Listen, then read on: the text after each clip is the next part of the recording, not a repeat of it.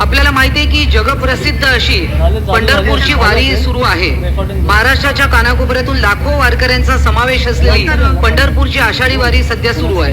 गोरगरिबांचे देवस्थान असलेले, विठुरायांवर श्रद्धा असलेले लाखो वारकरी या वारीत सहभागी होत असतात। या वैष्णवांच्या मेळाव्यात अनेक दिवसांपासून देवाला न मानणारे नास्तिक संघटना यांचा शिरकाव झालेला आहे आणि अतिशय गंभीर बाब आहे। म्हणजे वेगवेगळ्या नावाखाली हे अर्बन नक्षलाइट, जशी संविधान दिंडी, पर्यावरण वारी या नावाखाली किंवा लोकायत या नावाखाली हे लोकांचा ठिकठिकाणी वारीमध्ये जाऊन काहीतरी पथनाट्य करतात किंवा काहीतरी भाषणं देतात आणि लोकांचा बुद्धिभेद करण्याचा हे प्रयत्न करतात। आपल्याला माहिती आहे की महाराष्ट्र राज्य येत्या अधिवेशनात महाराष्ट्र विशेष जनसुरक्षा विधेयक आणणार आहे आणि हे विधेयक देखील या अशा गोष्टींना अटकाव करण्यासाठीच आहे। तर हे गंभीर प्रकार आहे। मागे देखील काही दिवसांपूर्वी काही लोकांनी वारीवर मटणाचे तुकडे टाकण्याचा काम केलं। तसंच इकडे आपण पाहतो की बंड्याताता कराडकर यांनी देखील या सगळ्या विषयावर खूप भाष्य केलेलं आहे आणि या सगळ्यापासून सरकारलाही त्यांनी माननीय मुख्यमंत्र्यांना निवेदन देखील दिलेलं आहे। तर या अतिशय गंभीर बाब आहे आणि आता 2 दिवसातच आषाढी एकादशी पण येते। तर मला असं वाटतं त्वरित शासनाने याच्यावर गंभीर काहीतरी ॲक्शन घ्यावी।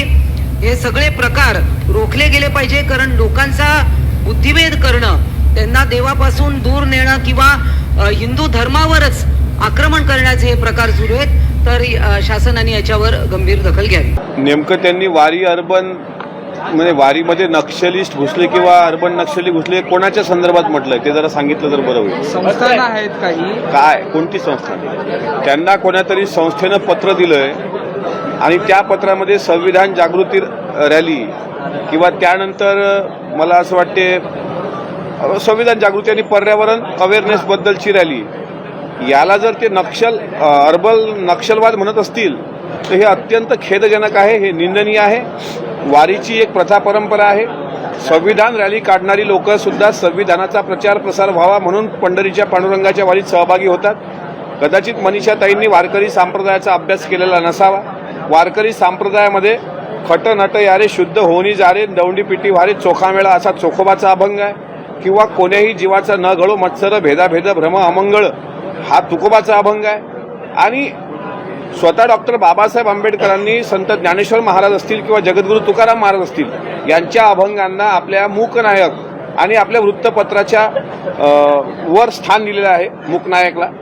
आणि अशा वेळेस संविधान बचाव रॅली किंवा संविधान रॅली किंवा पर्यावरण रॅली असं जर पंढरीच्या पांडुरंगाच्या वारीमध्ये प्रचार प्रसार करणारे प्रचारक येत असतील आणि त्याला तुम्ही अर्बन नक्षलवाद ठरवत असाल तर हे अत्यंत खेदजनक आहे, अत्यंत निंदाजनक आहे।